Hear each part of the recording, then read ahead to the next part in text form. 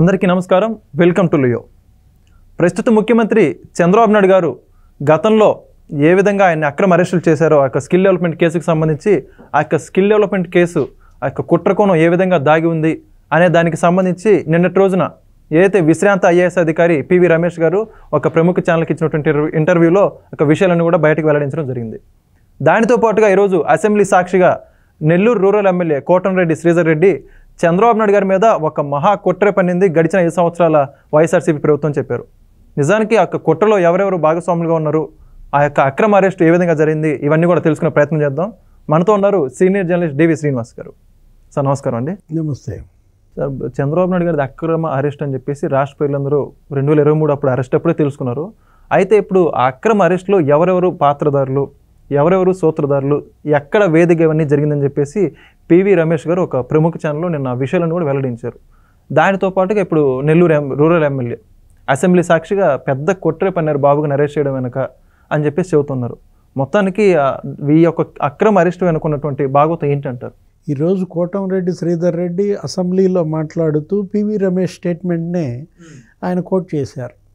ఎలా పివి రమేష్ ఇచ్చిన వాంగ్మూలాన్ని తారుమారు చేశారు అంటే 161 కింద ఇచ్చినటువంటి స్టేట్మెంట్ని మార్చేయడం అనేది అదొక పెద్ద నేరం.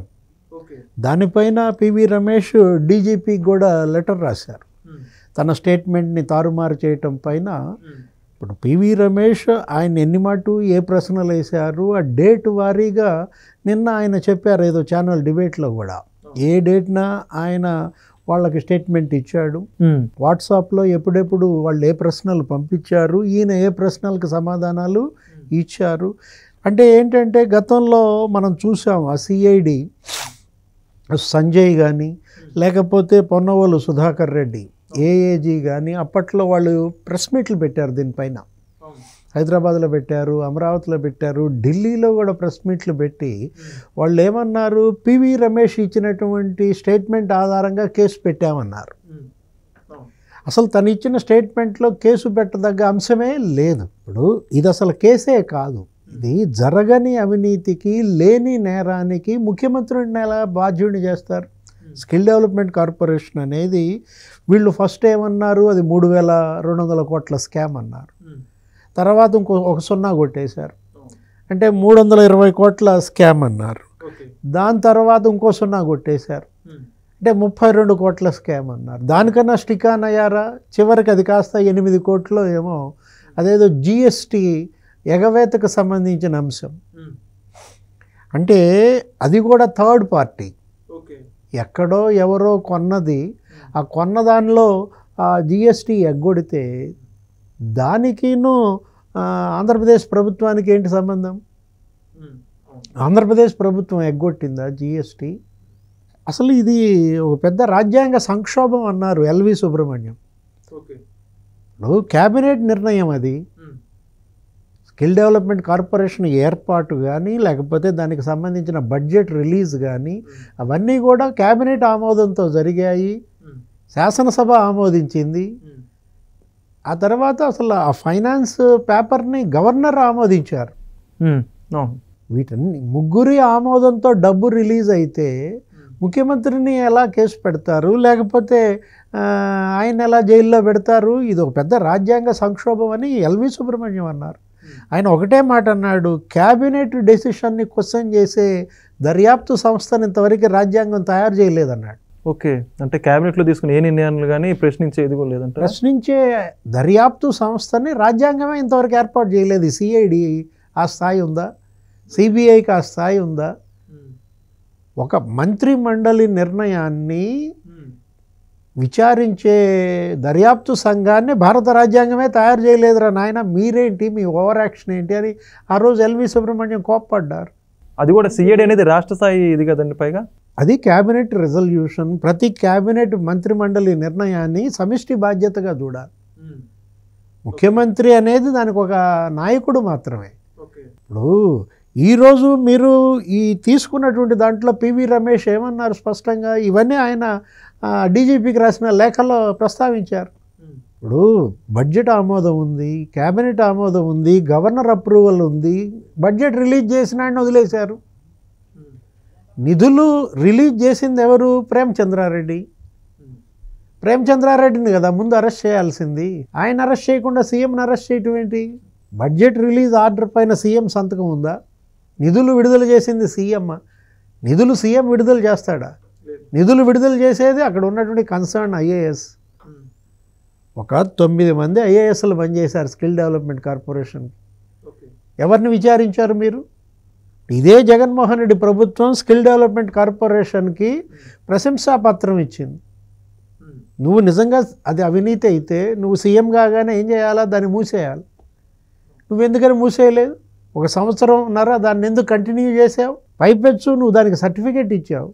ఏది? స్కిల్ డెవలప్మెంట్ కార్పొరేషన్ తరపున కేంద్రం అవార్డులు ఇస్తే నీ వాళ్ళు నువ్వు వెళ్ళి అందుకున్నారు అవార్డులు. ఇప్పుడు స్కిల్ డెవలప్మెంట్ కార్పొరేషన్ అది నైపుణ్యాభివృద్ధి, అది పిల్లలకి తర్ఫీదు ఇచ్చే ఒక సంస్థ. దానిలో సాఫ్ట్వేర్ కొన్నారు, లేకపోతే కంప్యూటర్స్ ఏవో కొని ఉంటారు శిక్షణా కేంద్రంలో పెట్టినవి. వాటన్నిటికీ మీ కళ్ళ ముందే ఉన్నాయి. అంటే ఇవాళ శరత్ అసోసియేట్స్ ఇవాళ దానికి బాధ్యత వహించాల్సి వస్తుంది. ఆడిట్ చేసినటువంటి సంస్థ ఫోరెన్సిక్ ఆడిట్, అదో తప్పుడు ఆడిట్ అంటున్నారు. దానిపైన ఆడిటర్స్ అసోసియేషనే ఫిర్యాదు చేసింది. అంటే ఏంటి?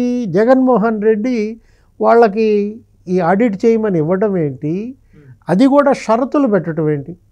ముఖ్యమంత్రి జగన్మోహన్ రెడ్డి మీరు సెంటర్లకు వెళ్ళొద్దు, మీరు ఫీల్డ్ లెవెల్లో ఏముందో చూడొద్దు, ఆ సాఫ్ట్వేర్ గురించి, సెంటర్ల గురించి, అక్కడ పరికరాల గురించి మీకు అనవసరం అంటే ఏంటి?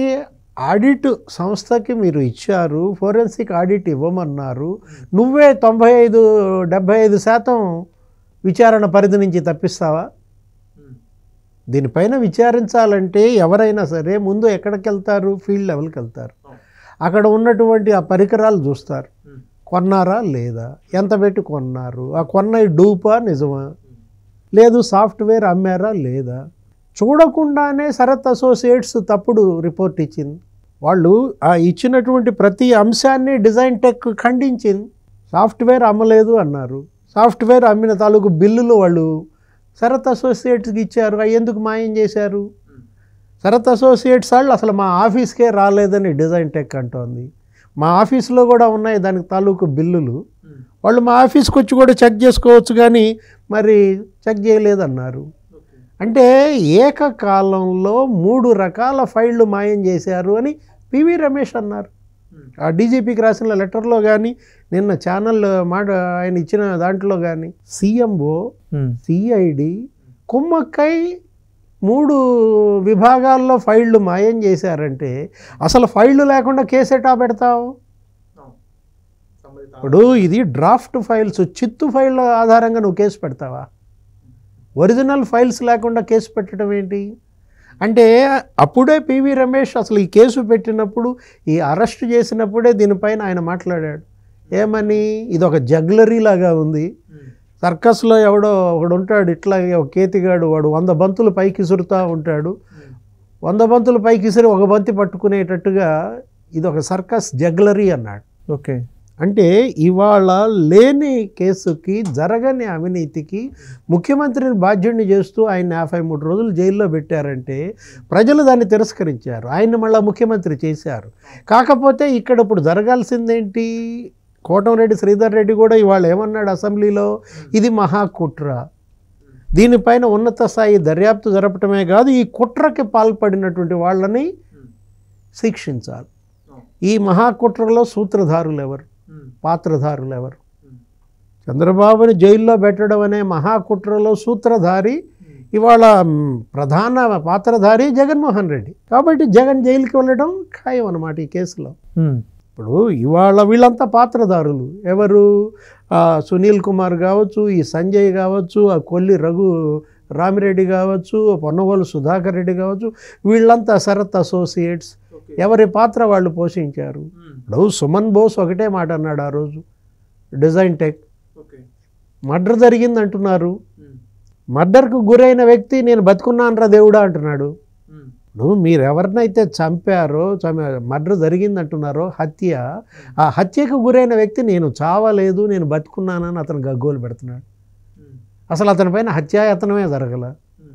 అంటే జరగని హత్యకి వీళ్ళు 307 కేసు పెట్టడం, మళ్ళీ ఆయన జైలుకి పంపటం, చట్టం వీళ్ళ చేతుల్లో ఉందని ఇక ఎన్ని రకాల తూట్లు దానికి పొడిచారో దానికి వాళ్ళ మూల్యం చెల్లించాలి, దానికి వాళ్ళ శిక్ష పడాలి. ఎవరైతే ఇవాళ చట్ట అతిక్రమణ చేశారో, నిబంధనలు ఉల్లంఘించారో, మహాకుట్ర సూత్రధారులు ఎవరో వాళ్ళంతా జైళ్ళకు వెళ్ళాలి. ఖచ్చితంగా సార్, ఇప్పటికే ఇది ఒక అక్రమ అరెస్ట్ అని రాష్ట్ర ప్రజలందరూ కూడా తెలిసింది.